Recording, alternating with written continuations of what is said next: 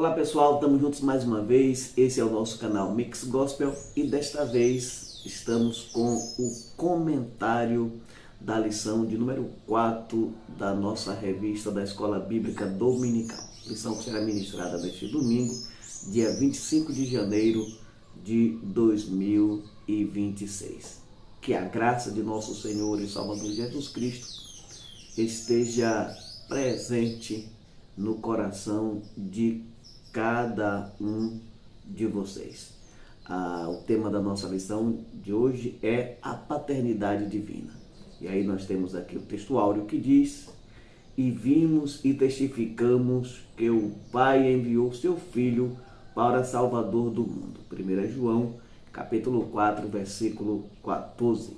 A verdade prática diz: a paternidade de Deus é revelada no envio do Filho e na concessão do Espírito, confirmando nossa filiação e aperfeiçoando-nos no amor. A nossa leitura bíblica em classe, apesar de não fazermos ela agora, está no livro da primeira epístola de João, capítulo 4, e o versículo 13 até o versículo de número 16. Nossa lição está, como sempre, dividida em 3 tópicos principais. O tópico 1, no caso, apresenta 4 subtópicos e os tópicos 2 e 3, 3 subtópicos cada um. O primeiro tópico tem como objetivo destacar a paternidade do Pai, bem como sua natureza e a filiação eterna do Filho e a procedência do Espírito Santo. O tópico 2 tem como objetivo falar sobre a confissão pública que Jesus Cristo é o Filho de Deus e o resultado salvífico e de relacionamento pessoal, amoroso com Deus, para aqueles que confessam essa fé publicamente. Também falar sobre a natureza do amor de Deus presente na vida do crente salvo e também da nossa filiação através do sacrifício vicário de nosso Senhor e Salvador Jesus Cristo. No tópico 3, o tema central é o amor de Deus, tanto a questão do amor de Deus que está derramado em nossos corações, que emana para nós, produzindo assim um efeito de esperança, de confiança em Deus, o reconhecimento da nossa filiação com Deus como filhos amados, portanto, sem temor em relação ao juízo e à condenação eterna que aguarda os ímpios. Uma vez que nós somos filhos de Deus, nós temos essa esperança viva no nosso coração que pacifica a nossa alma, o nosso espírito, em relação ao dia, do juízo, afastando todo o temor de nossos corações. E também a primazia, de Deus nesse processo salvífico, nesse processo de salvação. Quando nós tratamos principalmente sobre a pessoa de Deus, a paternidade ou a natureza da paternidade de Deus, a natureza da condição de filho de Jesus Cristo e, no caso da procedência do Espírito Santo, tudo isso é uma dinâmica incrível. Eu fico maravilhado quando nós tratamos desse tema, porque realmente é um tema grandioso e muito edificante para o crente salvo em Cristo Jesus. Agora me lembro de uma frase de Agostinho, um dos pais da igreja, que diz: quanto mais conheço, mais eu creio. É assim que eu me sinto quando nós tratamos este tema. E eu sei que esse tema, na realidade, na verdade, ele é inatingível pela mente humana. Podemos discutir essas questões a respeito de Deus no campo da teologia, da filosofia ou da ciência, mas o resultado que teremos será sempre o mesmo. Será apenas alguns rabiscos sobre a realidade divina, pois essa questão trata-se, na verdade, do finito olhando para o infinito, o limitado olhando para o ilimitado, a criatura tentando compreender seu Criador, que é insondável, cujo o universo é pequeno demais para comportá-lo. O resultado não poderia de fato ser outro, senão apenas alguns rabiscos a respeito do conhecimento de Deus, que é, na verdade, um conhecimento que jamais alcançaremos em sua totalidade, nem agora e nem na vida do porvir. Dito isto, voltamos aqui para nosso comentário, ou para o comentário da nossa lição, e temos no primeiro tópico a seguinte definição, as seguintes subdivisões. Primeiro, a definição da paternidade do Pai. Segundo, a paternidade eterna do Pai. E terceiro, o Pai gerou o Filho e o Filho nos concede o Espírito Santo. Aqui nós temos em foco a questão da natureza e a distinção funcional do Pai, do Filho e do Espírito Santo. Nós podemos, então, de acordo com o comentário da nossa lição, dizer que Deus, de acordo com o comentário apresentado na nossa lição, nós podemos fazer a afirmação dizendo que Deus é o que é desde sempre, sem nunca mudar absolutamente nada. E aí eu trago aqui uma fala do salmista, que no Salmo 102, versículo 27 diz: porém, tu és o mesmo, e os teus anos nunca terão fim. Trago também um texto de Malaquias, capítulo 3, versículo 6, que a parte A do versículo, que diz: porque eu sou o Senhor, não mudo. Então, a partir desses dois textos que acabei de citar, podemos então entender tudo que Deus é, ele sempre foi. Nesse sentido, nada foi acrescentado ou tirado dele. Ele é o que é e ponto. Ou seja, Deus não muda, Deus não fica mais velho, não fica mais novo, não acrescenta o seu poder, também não diminui e não deixa de ser quem ele é, e também nunca acrescentou-se nada na sua personalidade, na sua natureza, na sua distinção pessoal. Ele é o que é, sem nunca mudar. E aí, assim sendo, ele é Deus Pai desde sempre.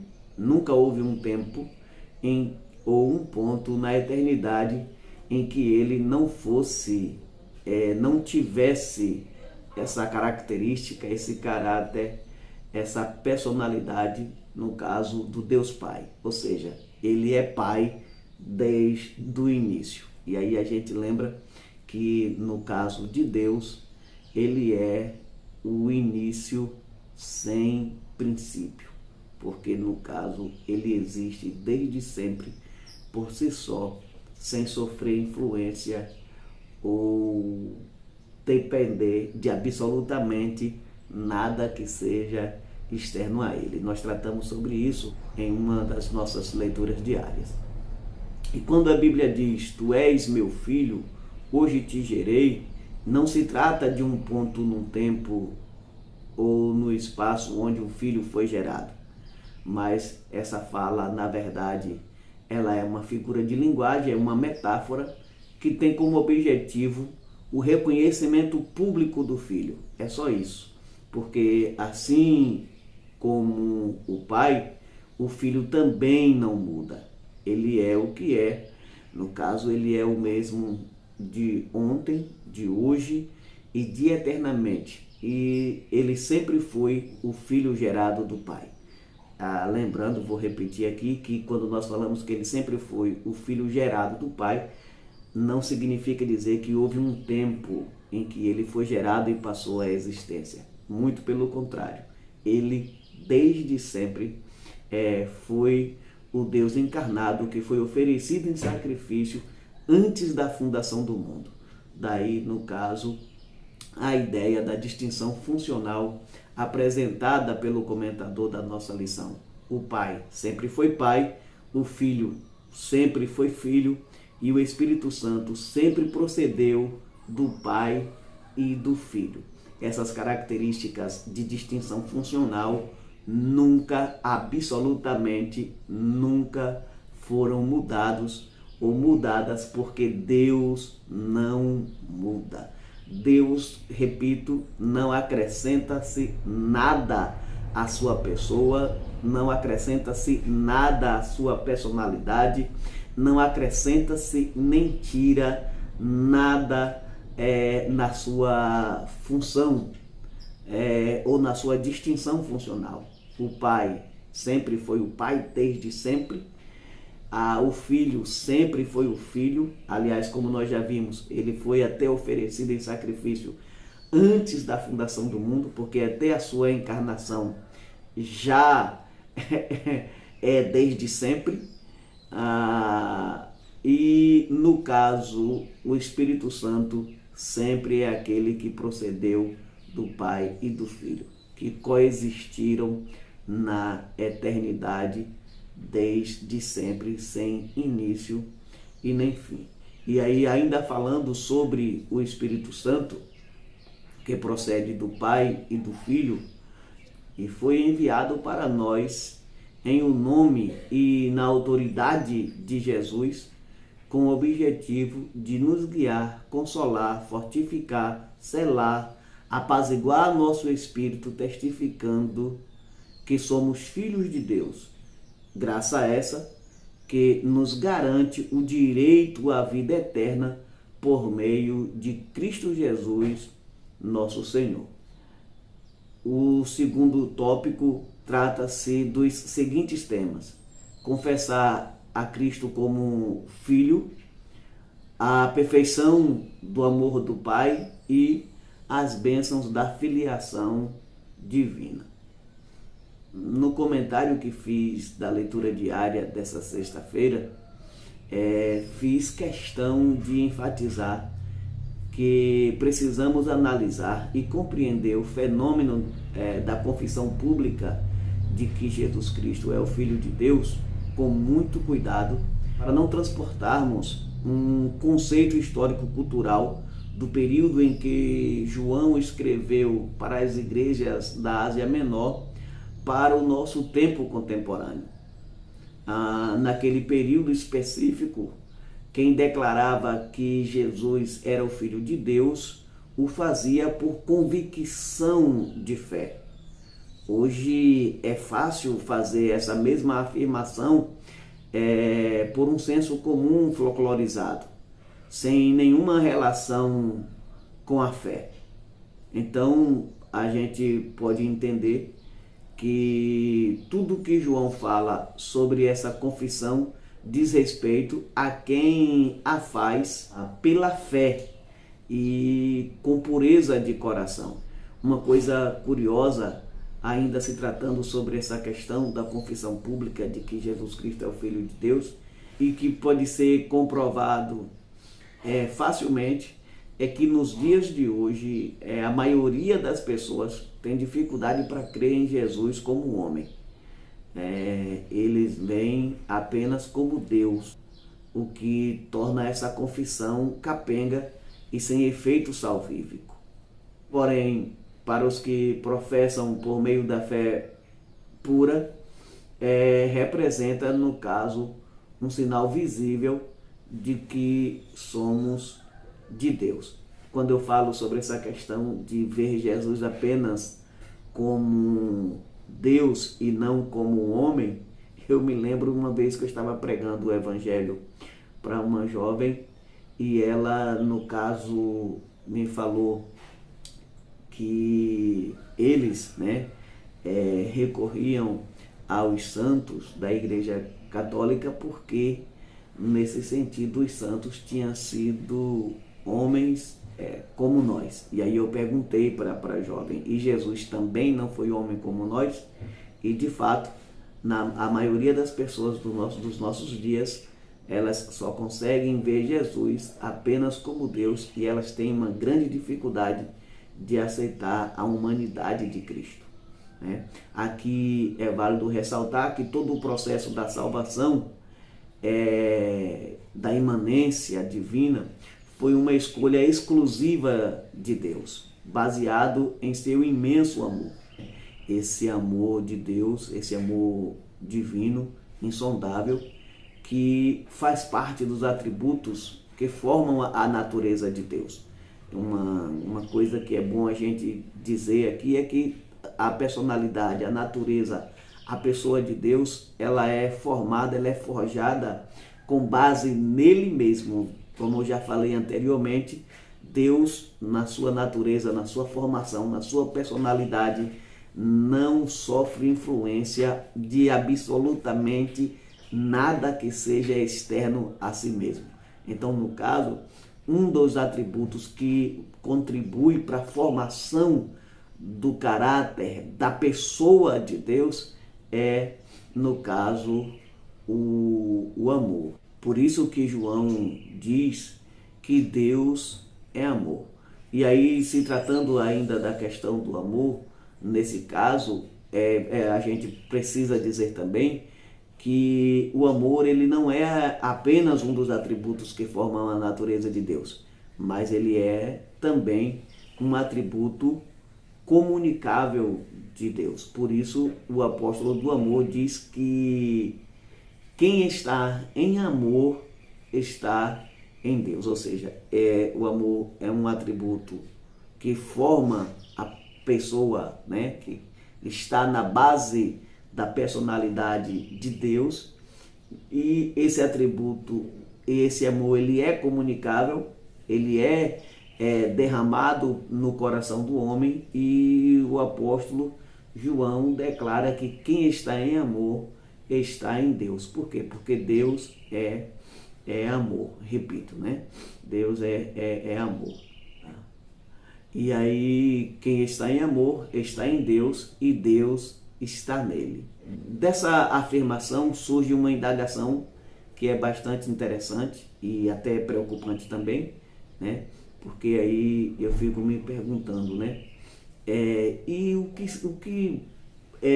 que vai ser dos grupinhos dentro das nossas igrejas, né? Aquelas panelinhas que se formam dentro das nossas igrejas.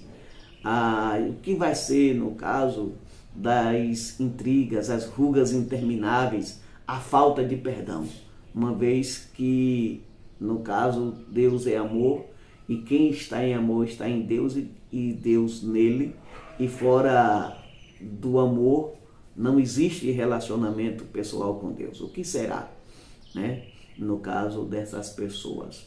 Mas deixando essas perguntas para serem respondidas por meio de um exame particular de quem me ouve nesse momento, eu quero prosseguir falando desse amor incondicional que moveu o coração de Deus em nossa direção, oferecendo o seu Filho amado para tomar nossos pecados sobre si e cravar naquela dura cruz, nos dando assim o direito de sermos feitos filhos de Deus.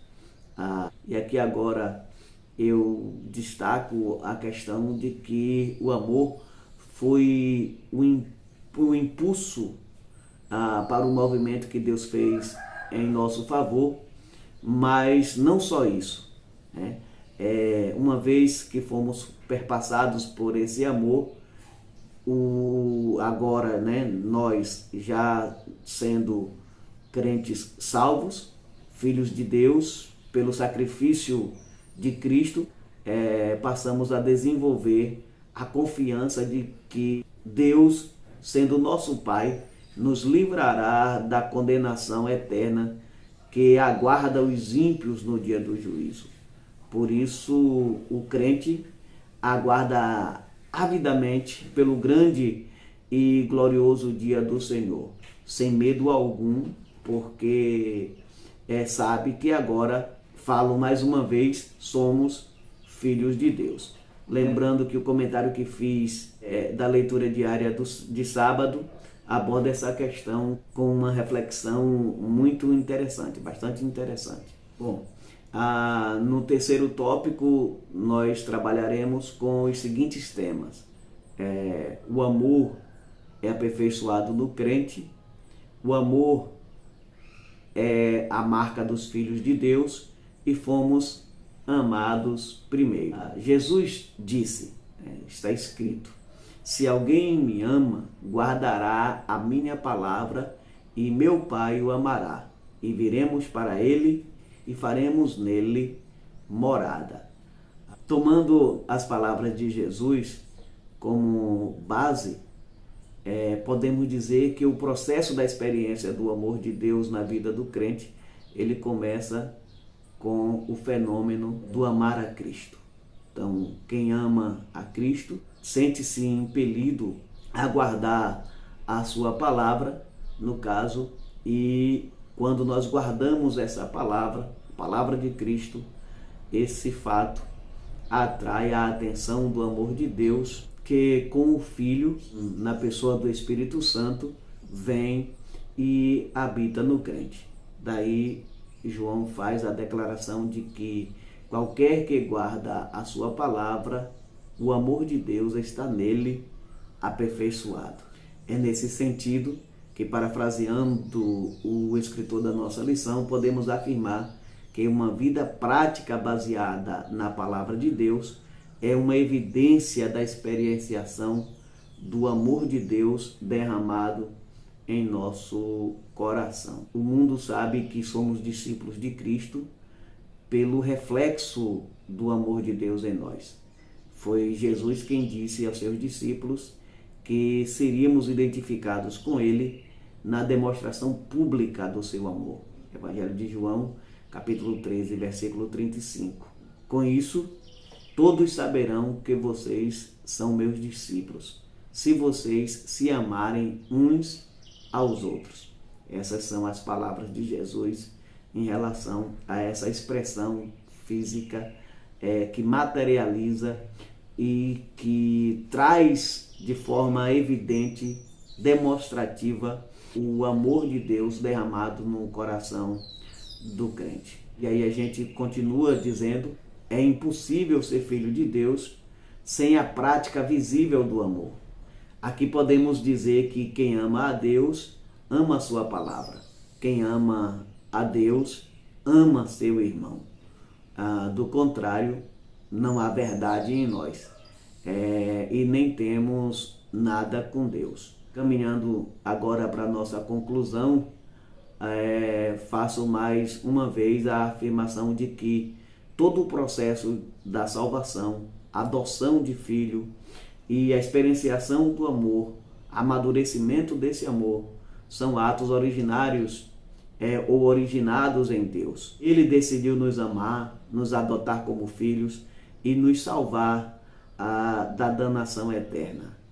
Eu acho que aqui cabe bem agora as palavras do apóstolo Paulo, que diz: ó profundidade das riquezas, tanto da sabedoria como do conhecimento de Deus. Quão insondáveis são os teus juízos e quão inescrutáveis os teus caminhos. Porque quem compreendeu a mente do Senhor?